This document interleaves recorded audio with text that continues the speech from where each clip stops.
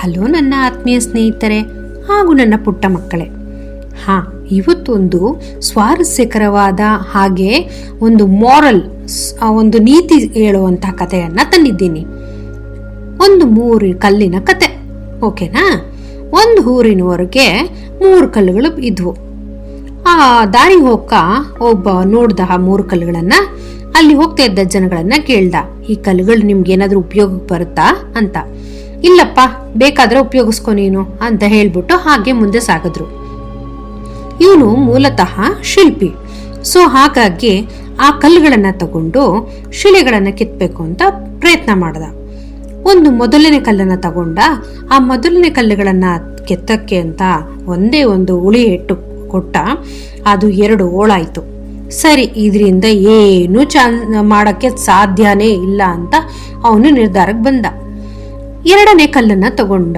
2ನೇ ಕಲ್ಲನ್ನ ಕೆತ್ತುತ್ತಾ ಹೋದಾಗ ಅದು ಒಂದು ಅದ್ಭುತವಾದ 50% ಓಕೆ ಅನ್ನೋಷ್ಟು ಕಲೆ ಅದರಿಂದ ಹೊರಹೊಮ್ಮಿತು.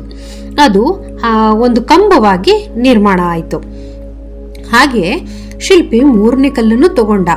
ಆ 3ನೇ ಕಲ್ಲನ್ನ ತಗೊಂಡಾಗ 3ನೇ ಕಲ್ಲು ಅವನು ಶಿಲ್ಪಿ ಕೊಟ್ಟ ಎಲ್ಲ ಉಳಿ ಹೇಟುಗಳನ್ನ ತಗೊಂಡು ಒಂದು ಅದ್ಭುತವಾದ ಶಿಲೆಯಾಗಿ ಪ್ರಕಟ ಆಯಿತು. ಅದನ್ನು ನೋಡಿ ಅವನಿಗೆ ಆಶ್ಚರ್ಯ ಆಯಿತು. ಸೊ ಈ ನಾವೇನು ಈ 3 ಕಲ್ಲುಗಳನ್ನ ನೋಡಿದ್ವಲ್ಲ, ಅದನ್ನ ನಮ್ಮ ಜೀವನಕ್ಕೆ ನಾವು ಅಳವಡಿಸ್ಕೊಳ್ಳೋದಾದ್ರೆ, ನಾವು ಈ ಒಂದು ಸಮಸ್ಯೆ ಬಂತು ಅಂತ ತಕ್ಷಣ ನಾವು ಹೆದ್ರು ಬಿಡ್ತೀವಿ. ಅಯ್ಯೋ, ನಂಗೆ ಕೈಲಾಗಲ್ಲಪ್ಪ ಅಂತ ಹಿಂದೇಟಾಕ್ಬಿಡ್ತೀವಿ. ಅದು ನಾವು 3ನೇ ಕಲ್ಲು ಇತ್ತಲ್ಲ ಆ ರೀತಿ ಯೋಚನೆ.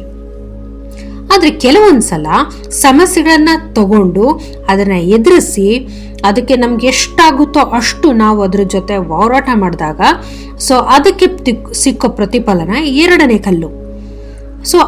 ಅದು ಆ ಒಂದು ಕಂಬವಾಗಿ ನಿರ್ಮಾಣವಾಯಿತು.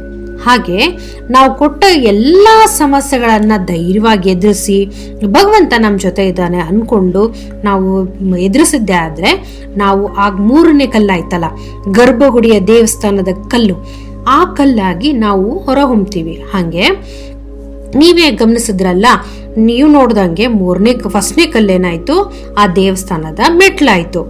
2ನೇ ಕಲ್ಲು ಆ ಕಂಬ ಇತ್ತಲ್ಲ, ಆ ಕಲ್ಲಿತ್ತಲ್ಲ 2ನೇ ಕಲ್ಲು, ಆ ಕಲ್ಲು ಆ ದೇವಸ್ಥಾನದ ಕಂಬವಾಯಿತು.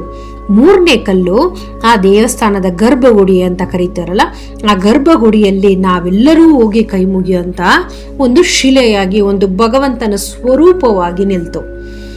ಅಲ್ಲಿ ನಮ್ಗೆ ಹಂತವಾಗಿ ಬೆಳೆದ ರೀತಿ, ನಾವು ಸಮಸ್ಯೆಗಳನ್ನ ಎದುರಿಸಿದ ರೀತಿ ಎಲ್ಲನ ನಾವು ಗಮನಿಸ್ಬೋದು. ಅದು ತಗೊಂಡ ಉಳಿಪೆಟ್ಟುಗಳನ್ನ ಎಲ್ಲಾನು ಸೈಲೆಂಟ್ ಆಗಿ ತಗೋತೀರಿ. ಹೇಗೆ ಅಂತಂದ್ರೆ, ನಿನ್ಗೆ ನಾನು ಸಮರ್ಪಣೆ ಆಗಿದ್ದೀನಿ, ನೀನ್ ಏನ್ ಬೇಕಾದ್ರೂ ನನ್ನ ಜೀವನದಲ್ಲಿ ಮೂಡಿಸ್ಕೋ ಅಂತ ಆ ಕಲ್ಲು ಕೊಟ್ಟ ಸಮರ್ಪಣಾ ಮನೋಭಾವದಿಂದ ಆ ಶಿಲ್ಪಿಯಿಂದ ಒಂದು ಅದ್ಭುತವಾದ ಶಿಲೆ ಪ್ರಕಟವಾಯಿತು. ಒಬ್ಬ ಸಾಮಾನ್ಯ ಮನುಷ್ಯನಿಗೆ ಜೀವನದಲ್ಲಿ ನಮಗೆ ಸಿಕ್ಕ ಅವಕಾಶಗಳಿಗೆ ನಮ್ಮನ್ನು ನಾವು ಸಮರ್ಪಿಸ್ಕೋಬೇಕು. ಇದೇ ಒಂದು ವಿದ್ಯಾರ್ಥಿಗೆ ಬಂದ್ರೆ, ಗುರುಗಳಿಗೆ ಅವ್ರು ಕೊಟ್ಟ ಪರೀಕ್ಷೆಗಳನ್ನ, ಅವ್ರು ಕೊಟ್ಟ ಯಾವುದೇ ಒಂದು ಸಮಸ್ಯೆಗಳನ್ನ ಸ್ವೀಕರಿಸಿ ಅವರಿಗೆ ಸಮರ್ಪಣಾ ಭಾವದಿಂದ ಇದ್ದಾಗ ಒಬ್ಬ ಉತ್ತಮ ವಿದ್ಯಾರ್ಥಿಯಾಗಿ, ಒಬ್ಬ ಉತ್ತಮ ನಾಗರಿಕನಾಗಿ ಹೊರಹೊಮ್ಮೋದಕ್ಕೆ ಸಾಧ್ಯ ಆಗುತ್ತೆ. ಮನಸ್ಸಿಟ್ಟು ಕಲಿತ ಅಕ್ಷರ, ಮೈ ಬಗ್ಗಿಸಿ ದುಡಿದು ತಿನ್ನುವ ಅನ್ನ, ಕಷ್ಟಪಟ್ಟು ಗಳಿಸಿದ ಸಂಪಾದನೆ, ಇಷ್ಟಪಟ್ಟು ಮಾಡುವ ದೈವ ಭಕ್ತಿ ಯಾರನ್ನೂ ಯಾವತ್ತೂ ಕೈ ಬಿಡುವುದಿಲ್ಲ ಅನ್ನೋದು ಒಂದು ಲೋಕೋಕ್ತಿ. ಸೊ ಇವತ್ತಿನ ಈ ಪುಟ್ಟ ಕಥೆಯೊಂದಿಗೆ ನಾನು ನಿಮ್ಮ ಜೊತೆ ಭೇಟಿಯಾಗಿದ್ದೆ. ಹೇಗಿದೆ ಅಂತ ಪ್ಲೀಸ್ ಲೈಕ್ ಮಾಡಿ, ಶೇರ್ ಮಾಡಿ, ಸಬ್ಸ್ಕ್ರೈಬ್ ಮಾಡ್ತೀರಲ್ಲ? Thank you.